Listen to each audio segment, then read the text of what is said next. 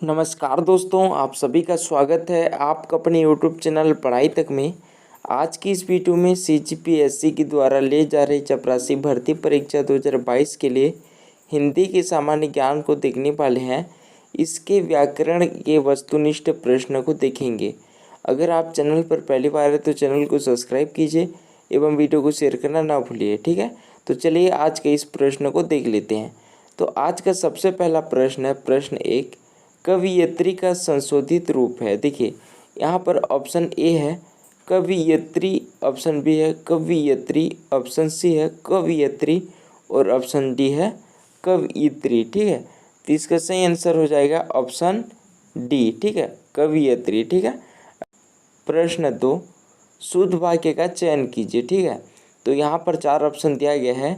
Option A में है 4 आदमी के लिए खाना बना दो, ऑप्शन बी है 4 आदमियों के लिए खाना बना दो, ऑप्शन सी है 4 आदमी का खाना बना दो और ऑप्शन डी है अ और ब दोनों, ठीक है। तो इसका सही आंसर हो जाएगा ऑप्शन बी, यानी कि 4 आदमियों के लिए खाना बना दो, ठीक है। प्रश्न 3, ठीक है, सीता को गाना चाहिए, सीता को गाना चाहिए यह वाक्य है, ठीक है। यहाँ पर 4 ऑप्शन है। ऑप्शन ए में है विधि सूचक, ऑप्शन बी है निषेध सूचक, ऑप्शन सी है आंता सूचक और ऑप्शन डी है विनम्रता सूचक। तो इसका सही आंसर हो जाएगा ऑप्शन ए विधि सूचक, ठीक है। प्रश्न 4, गाड़ी धीरे धीरे चलती है, इस वाक्य में धीरे धीरे कौन सा समास है। तो देखिए, तो यहाँ पर 4 ऑप्शन है। ऑप्शन ए में है अव्ययी भाव समास, ऑप्शन बी में है कर्मधारय समास, ऑप्शन सी में है तत्पुरुष समास और ऑप्शन डी में है बहुव्रीहि समास।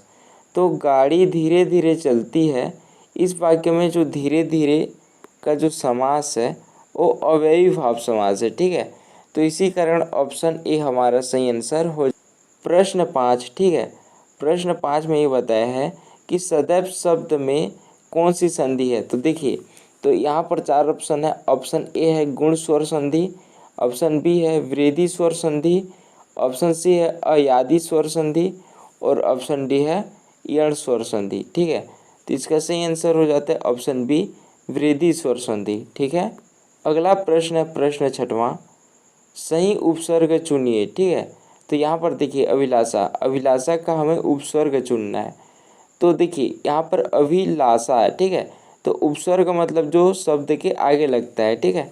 तो यहाँ पर क्या हो जाएगा, अभी हो जाएगा, ठीक है, यानी कि ऑप्शन सी हमारा सही आंसर हो जाएगा। प्रश्न 7वां, पोखर का तत्सम रूप क्या है। पोखर का तत्सम रूप क्या है। तो देखिए यहाँ पर 4 ऑप्शन है। ऑप्शन ए है पुष्कर, ऑप्शन बी है प्रखर, ऑप्शन सी है पोषक और ऑप्शन डी है प्रखर। तो देखिए पोखर का जो तत्सम रूप है, यानी कि जो तत्सम मतलब संस्कृत का रूप, ठीक है, तो पुष्कर आ जाता है। इसी कारण ऑप्शन ए हमारा सही आंसर हो जाएगा। अगला प्रश्न है प्रश्न 8वां, व्याकरणिक रूप में शुद्ध वाक्य है। तो देखिए यहाँ पर 4 ऑप्शन है। ऑप्शन ए है डॉक्टर साहब आपको बुलाए हैं, ऑप्शन बी है डॉक्टर साहब ने आपको बुलाया है, ऑप्शन सी है आपको डॉक्टर साहब बुलाए हैं और ऑप्शन डी है डॉक्टर साहब ने बुलाया है आपको। तो देखिए व्याकरणिक रूप से अगर हम शुद्ध वाक्य देखें तो ऑप्शन बी हमारा सही आंसर हो जाता है, यानी कि डॉक्टर साहब ने आपको बुलाया है, ठीक है। 9वां, इहलोक का विपरीत अर्थ, ठीक है, क्या होगा। तो यहाँ पर 4 ऑप्शन है। ऑप्शन ए में है उपकार, ऑप्शन बी में है पाताल और ऑप्शन सी में है आदि और ऑप्शन डी में है परलोक। तो देखिए जो इहलोक का जो विपरीत अर्थ है, ठीक है, ये हो जाता है परलोक, ठीक है, इहलोक का हो जाता है परलोक। इसी कारण ऑप्शन डी हमारा सही आंसर हो जाएगा। प्रश्न 10वां, खटाई में पड़ना मुहावरे का अर्थ है। तो देखिए खटाई में पड़ना मुहावरे का अर्थ है। तो यहाँ पर 4 ऑप्शन दिया है। ऑप्शन ए है धोखे में आ जाना, ऑप्शन बी है घबराकर गलती करना, ऑप्शन सी है लटक जाना और ऑप्शन डी है खरा साबित होना।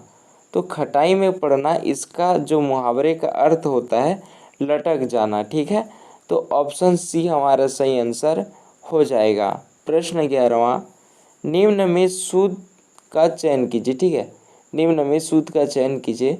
तो यहाँ पर 4 ऑप्शन है। ऑप्शन ए है सन्यासी, ऑप्शन बी है सन्यासी, और ऑप्शन सी है सन्यासी, और ऑप्शन डी है सन्यासी। ठीक है, तो देखिए इसका जो सही आंसर हो जाता है ऑप्शन डी सन्यासी। ठीक है, अगला प्रश्न है प्रश्न 12वां, गत माह हम ताजमहल देखने जाएंगे। ठीक है, गत माह हम ताजमहल देखने जाएंगे, इस वाक्य में अशुद्धि है। तो देखिए इसका 4 ऑप्शन है। ऑप्शन ए है लिंग संबंधी, ऑप्शन बी है वचन संबंधी, ऑप्शन सी है काल संबंधी, और ऑप्शन डी है सर्वनाम संबंधी। तो गत माह हम ताजमहल देखने जाएंगे, इस वाक्य में जो अशुद्धि है वो काल संबंधी अशुद्धि है। ठीक है, तो इसी कारण ऑप्शन सी हमारा सही आंसर हो जाएगा। प्रश्न 13वां, मध्यम पुरुष सर्वनाम का उदाहरण है। तो देखिए मध्यम पुरुष, ठीक है, तो यहाँ पर 4 ऑप्शन है। ऑप्शन ए में यह, ऑप्शन बी में वे, ऑप्शन सी में आप, और ऑप्शन डी में मैं। तो मध्यम पुरुष सर्वनाम का जो उदाहरण है वही हो जाता है अपना ऑप्शन सी। ठीक है, यानी कि आप। ठीक है, मैं 14वां, यथाशक्ति में कौन सा समास है। यथाशक्ति में कौन सा समास है। तो यहाँ पर 4 ऑप्शन है। ऑप्शन ए है बहुब्रीहि समास, ऑप्शन बी है अव्ययीभाव समास, ऑप्शन सी है करण तत्पुरुष समास, और ऑप्शन डी है द्वंद्व समास। ठीक है, तो इसका सही आंसर हो जाता है ऑप्शन बी अव्ययीभाव समास। ठीक है, प्रश्न 15वां, उज्ज्वल का संधि विच्छेद होगा। देखिए उज्ज्वल का संधि विच्छेद होगा, यहाँ पर 4 ऑप्शन है।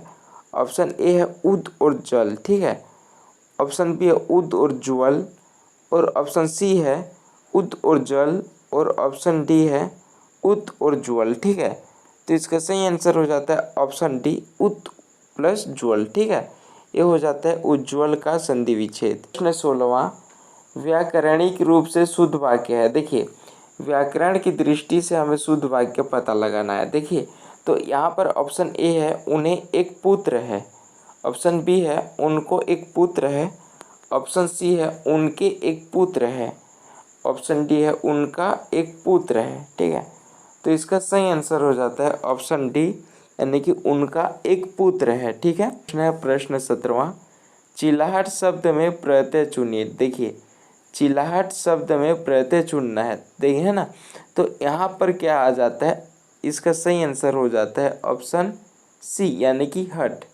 ठीक है, प्रश्न 18वां, कूपन शब्द है। देखिए जो कूपन शब्द है कौन सा शब्द है हमें पता लगाना है। तो यहाँ पर 4 ऑप्शन है। ऑप्शन ए है फ्रेंच शब्द, ऑप्शन बी है अंग्रेजी शब्द, ऑप्शन सी है पुर्तगाली शब्द, और ऑप्शन डी है डच शब्द। ठीक है, तो कूपन शब्द होता है फ्रेंच शब्द। ठीक है, तो ऑप्शन ए हमारा सही आंसर हो जाएगा। प्रश्न 19, गणेश का पर्यायवाची शब्द क्या है। देखिए गणेश का पर्यायवाची शब्द, ठीक है, तो देखिए गणेश को हम कौन कौन से नाम से जानते हैं। ठीक है, एक दंत, ठीक है, एक दंत से जानते हैं। ठीक है, तो इसका सही आंसर हो जाएगा ऑप्शन सी, एक दंत दयावंत बोलते हैं ना, तो इसी कारण ऑप्शन सी हमारे क्या हो जाएगा, सही आंसर हो जाएगा। प्रश्न 20, जिसका कोई शत्रु पैदा ही न हुआ हो के लिए शब्द है। देखिए मतलब इसका सही आंसर हो जाता है, देखिए जिसका कोई शत्रु पैदा ही न हुआ हो, ये हो जाता है अजात शत्रु। ठीक है, अजात शत्रु हो जाएगा, इसी कारण ऑप्शन बी हमारा सही आंसर हो जाएगा।